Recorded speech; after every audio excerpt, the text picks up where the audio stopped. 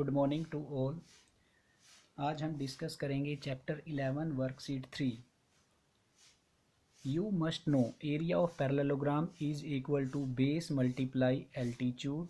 In the same manner area of rhombus that is equal to base multiply altitude. It mean जब कभी भी हमें area of parallelogram और rhombus निकालना हो तो हमें दो डायमेंशन पता होनी चाहिए, base and perpendicular.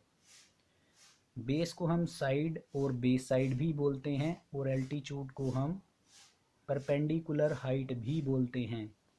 Late us start question first. In first question, side of parallelogram that is base side is given by 14 centimetre, altitude is 16.5 centimetre.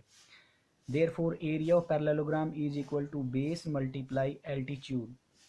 Before putting the value ensure करेंगे हम क्या both dimension की unit same है, that is centimetre centimetre. So put these values. 14 centimetre multiply 16.5 centimetre, 14 centimetre multiply decimal को remove करेंगे, 10 से divide, cancel करेंगे, we have 231 centimetre square. Repeat the answer.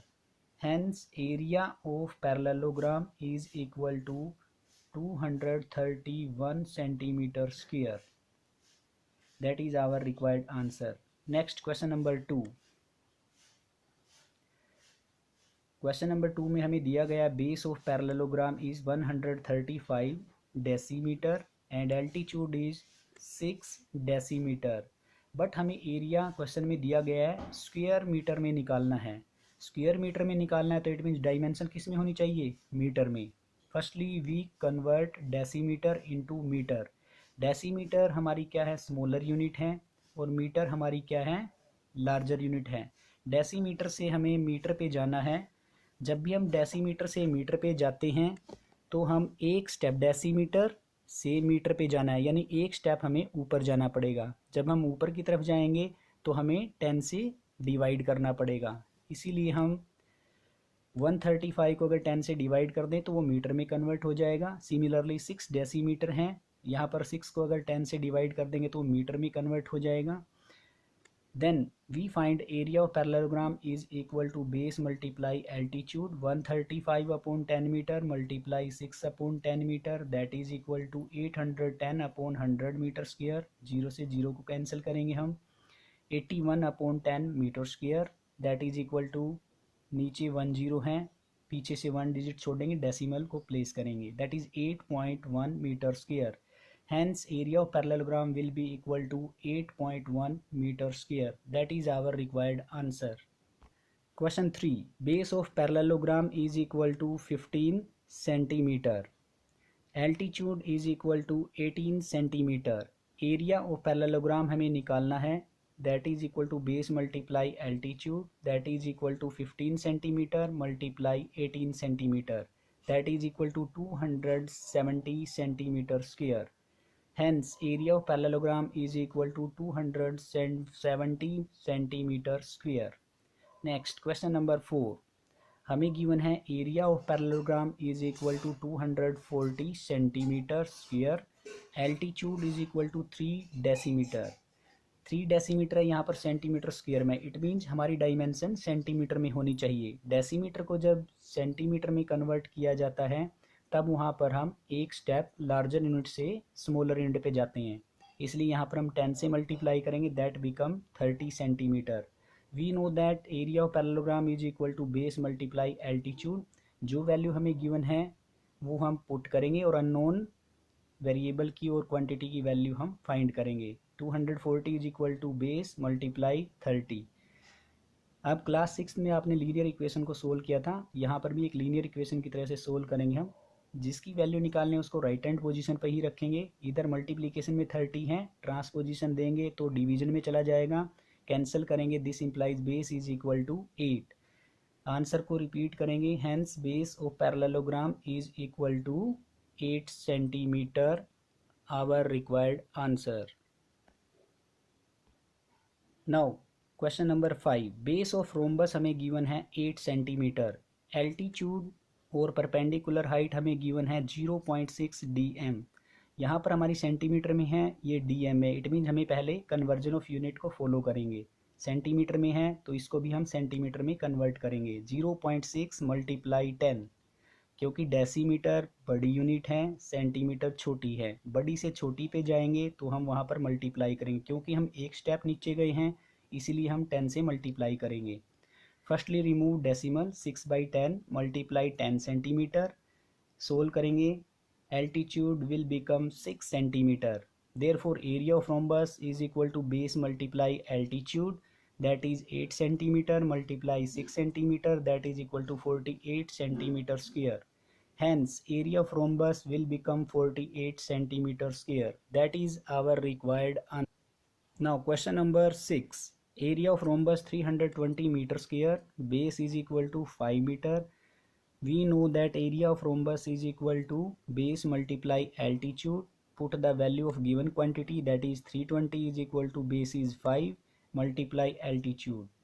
This implies हमें altitude, it means unknown quantity की value निकालनी है।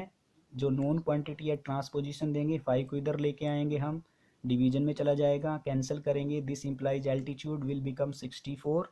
Hence altitude of rhombus is equal to 64। Base की जो यूनिट थी that is metre, so attach with unit that is metre. Answer is 64 metre. Next question number 7। Question number 7 में हमें दिया गया है altitude is 1/3 of base. It means हम altitude जो है वो बेस पर डिपेंड करता है। तो सबसे पहले बेस हमें नहीं गिवन है तो बेस को हम लेट करेंगे। Let base of parallelogram is equal to x centimetre. Therefore altitude will become 1/3 multiply base, that is equal to 1/3 x centimetre. Area of parallelogram भी हमें गिवन है, that is 108 centimetre square. We know that area of parallelogram किसके equal होता है, base multiply altitude. So left hand position area of parallelogram की जगह हम base multiply altitude भी राइट कर सकते हैं। Is equal to right hand side 108 already आपके पास हैं। यहाँ से हम वैल्यू पुट करेंगे, base is x, altitude is 1/3 x is equal to 108। Left hand side को हम सोल्व करेंगे, x को x से मल्टीप्लाई करेंगे, x स्क्वायर हो जाएगा, divide by 3 is equal to 108। Then x square 3 नीचे डिवीजन में है, ट्रांसपोजिशन देंगे, उधर जाके मल्टीप्लाई होगा, 108 multiply 3 x square is equal to 324।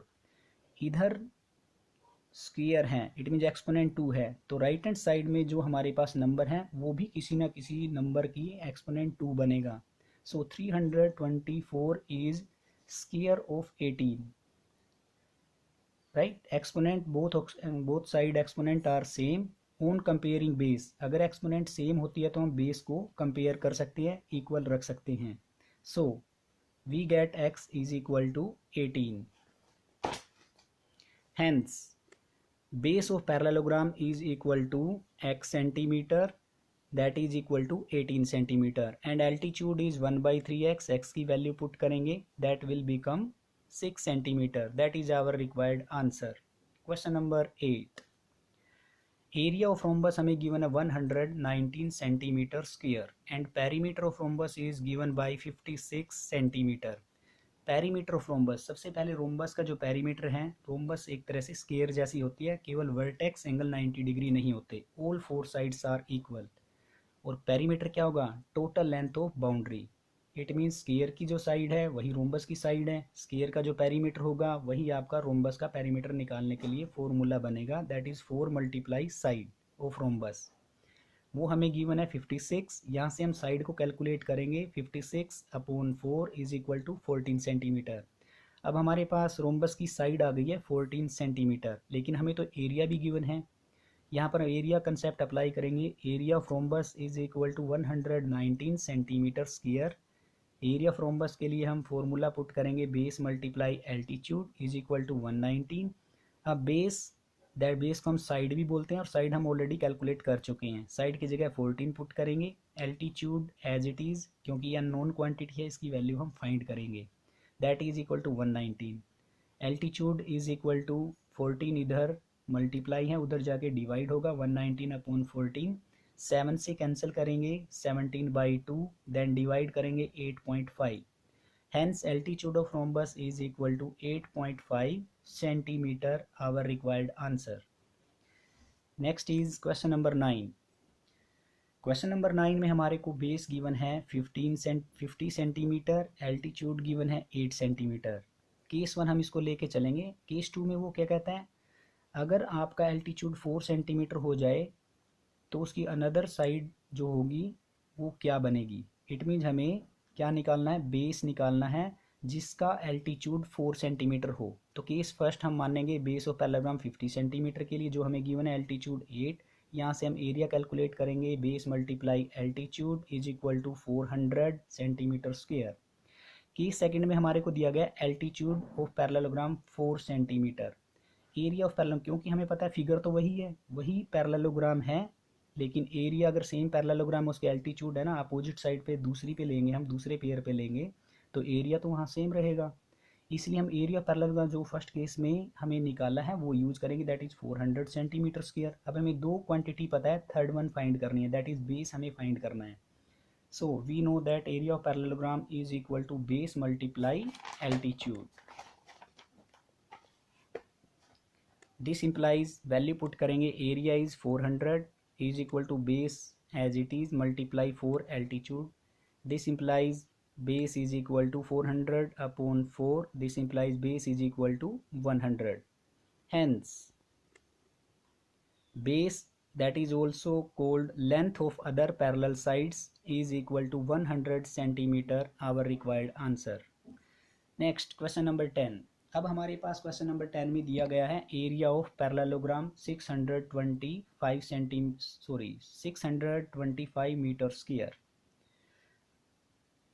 Next वो कहता है एल्टीट्यूड अगर 20 मीटर हम लें तो उसके लिए बेस क्या बनेगा, एंड एल्टीट्यूड अगर 25 मीटर लें तो उसके लिए आपका बेस क्या होगा. तो हम यहाँ पर भी दो केस बना लेते हैं, एरिया दोनों में सेम है, एल्टीट्यूड डिफरेंट लेंगे, that is 20 meter and 25 meter. Area of parallelogram base multiply altitude, value put करेंगे 625 is equal to base multiply 20 को हम इधर लेके आएंगे, ट्रांसपोजिशन देंगे, डिवीजन में चला जाएगा, is equal to base, cancel करेंगे 5 से 125 upon 4 is equal to base, then divide 31.25 is equal to base. So for altitude 20 meter base will become 31.25 meter. In case second, if altitude is 25 meter, then what is the value of base? Area of parallelogram is equal to base multiply altitude. 6.625 is equal to base multiply 25. This implies 625 upon 25 is equal to base. 25 से cancel करेंगे, 25 multiply 25 is equal to 625. So 25 पे cancel हो जाएगा 625. This implies base is equal to 25. Hence the length of sides of parallelogram are 31.25 meter for altitude 20 meter and 25 meter for altitude 25 centimeter respectively. That is our required answer. Thank you and have a nice day.